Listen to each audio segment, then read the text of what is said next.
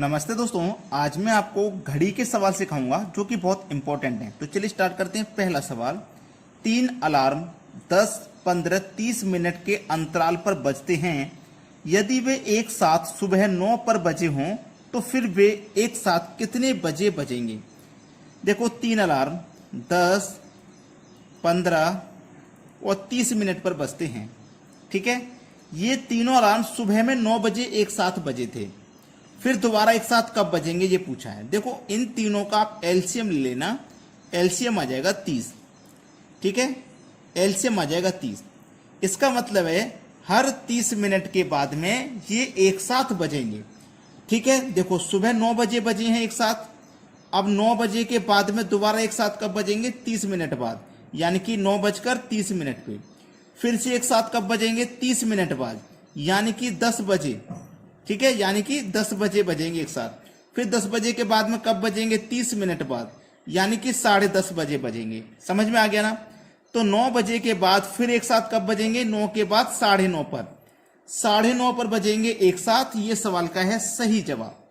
चलिए अब देखते हैं अगला प्रश्न।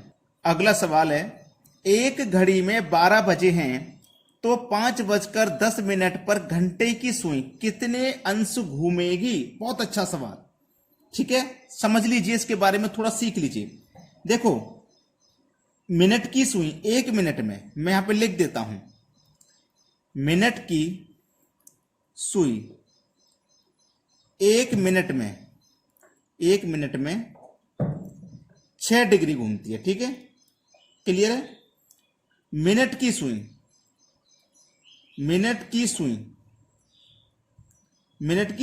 1 घंटे में 36 डिग्री घूमती है। इस चीज को आप याद कर लेना सबसे पहले, इस चीज को। ये तो मिनट की सुई के बारे में हो गया। अब समझो घंटे की सुई के बारे में। घंटे की सुई 1 मिनट में, 1/2। ठीक है, घंटे की सुई 1 घंटे में 30 डिग्री घूमती है। इस चीज को याद रखना। इस चीज को समझ गए ना तो सवाल कभी भी गलत नहीं होगा। आप समझिए, एक घड़ी में 12 बजे हैं। कितने बजे हैं? एक घड़ी में 12। और 5:10 पर घंटे की सुई 12 से कहां पहुंचे हम? 12 से पहुंचे 5:10 पर। कितना आगे हो गए हम? सबसे पहले देखिए कितना आगे हो गए। आप कहोगे सर 5 घंटे आगे। 12 से 5 तक, ये 10 मिनट को छोड़िए, अभी 12 से 5 पर सीधा सीधा 5 घंटे आगे पहुंच गया। 5 घंटे। ठीक है, 5 घंटा आगे पहुंच गया। जब आप 5 घंटे आगे पहुंच गए हैं, तो क्या करेंगे आप? 12 से 5 पर पहुंच गए, 5 घंटे आगे। क्या कहा था? घंटे की सुई कितने अंश घूमेगी? यही तो कहा था, कितने अंश घूमेगी घंटे की सुई। घंटे की सुई 1 मिनट में 1/2। ठीक है, घंटे की सुई 1 घंटे में 30।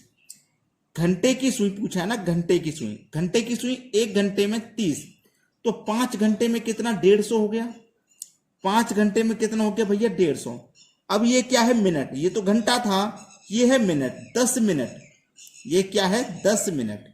अब घंटे की सुई 1 मिनट में 1/2, यानी कि आधा। तो 10 मिनट का भी आधा कर दो, यानी कि 5।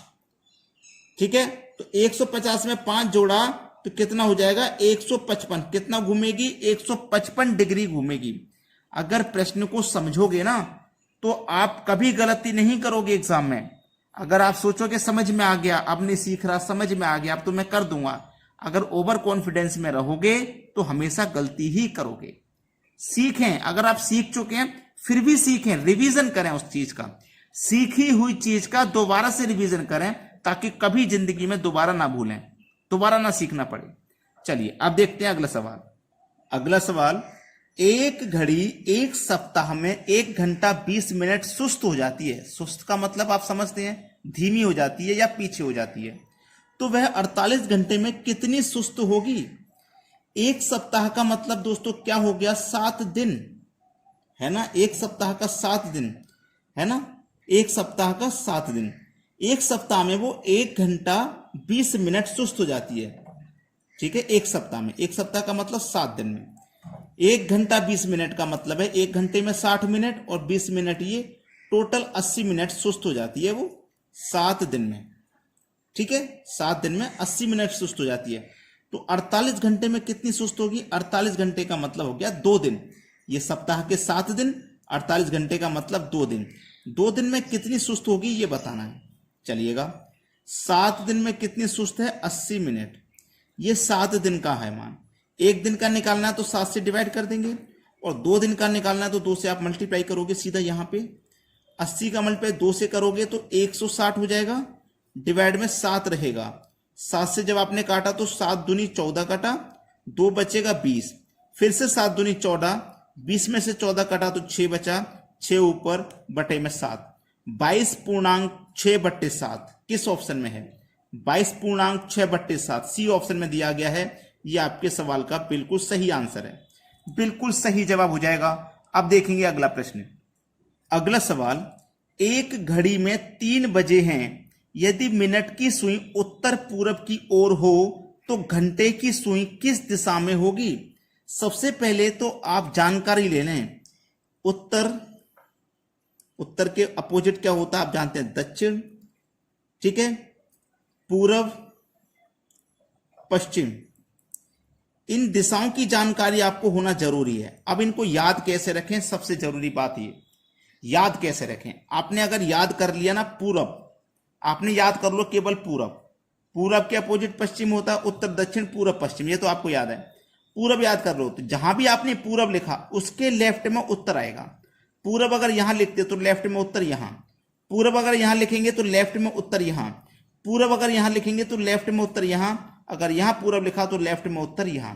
और कहीं भी पूरब लिख लो उसके लेफ्ट में उत्तर ही आएगा। उत्तर के अपोजिट दक्षिण होता है, पूरब के अपोजिट पश्चिम होता है। ये समझ गए आप। चलिए, एक घड़ी में 3 बजे हैं, यदि मिनट की सुई उत्तर पूरब की ओर है, ये बीच का पॉइंट है, उत्तर पूरब के ओर है। उत्तर पूरब का मतलब है यहां से बीच पॉइंट की ओर, इस तरीके से।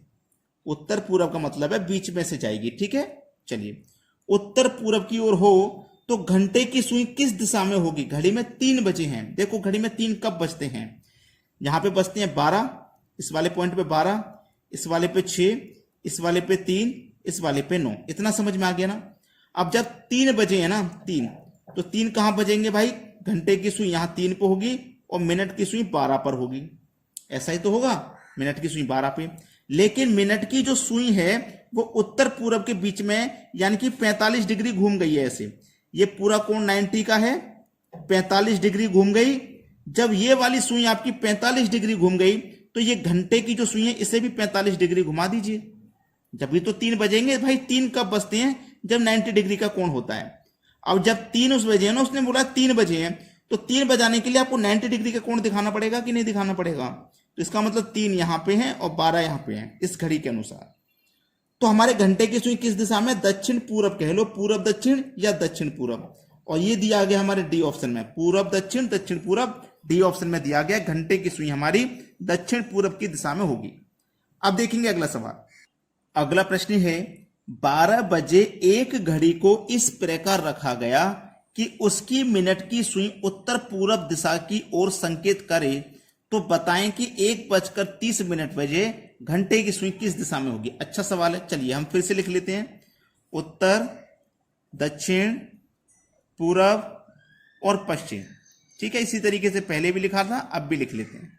अब समझेंगे। यहां पे 12 बजे एक घड़ी को इस प्रकार रखा गया, उसकी मिनट की सुई उत्तर पूरब दिशा की ओर संकेत करिए। उत्तर पूरब की दिशा की ओर संकेत कर रही है 12 बजे। 12 बजे कर रही है, याद रखना 12 बजे। तो भैया 12 बजे का समय कब होता है? जब घंटे की सुई भी 12 पे होती है और मिनट की सुई भी 12 पर होती है, तभी तो 12 बजते हैं। बजते हैं कि नहीं बजते? तभी तो 12 बजते हैं। चलिए, 1:30 बजे घंटे की सुई किस दिशा में होगी? देखो, अगर मैं यहाँ पे घड़ी बना के दिखाऊं छोटी सी समझाने के लिए, ये 12, 1, 2, 3, 4, 5, 6, 7, 8, 9, 10, 11, मैंने घड़ी बना ली छोटी सी समझाने के लिए। देखो, ये तो हो गया 90 डिग्री का एंगल, और जब 1:30 बजते हैं तो 45 डिग्री का एंगल आता है। ये बात आप जानते हैं। जब 1:30 बजेगा तो उसने 1:30 ही बोला है, 1:30 ही तो बोला उसने। अब देखो ये 12 बजे हैं इसके अनुसार 12। अब 45 एंगल हम घूमेंगे कि नहीं घूमेंगे भाई, यहां से 1:30 बजेंगे तो 45 एंगल घूमेगा, है ना। जब 12 बजेंगे घड़ी में तो मिनट की और घंटे की सुई दोनों 12 पर होंगी, और जब 1:30 बजेगा तो 45 डिग्री घूम जाएगी। ऐसे यहाँ पे मिनट की घंटे की और 1:30 बजाना तो 45 डिग्री घूम जाओगे आप। 45 डिग्री घूम जाओगे तो इस दिशा में होगी, इस दिशा में होगी घंटे की सुई। और ये दिशा कौन सी है भैया, पूरब की दिशा है। सी ऑप्शन हो जाएगा सवाल का सही जवाब। सभी बच्चों से एक ही बात कहूंगा कि वीडियो को अगर अभी तक लाइक नहीं किया तो लाइक कर दें और सभी बच्चों में शेयर कर दें, ताकि सभी बच्चे इन सवालों को आसानी से करना सीख जाएं। ठीक है दोस्तों, धन्यवाद।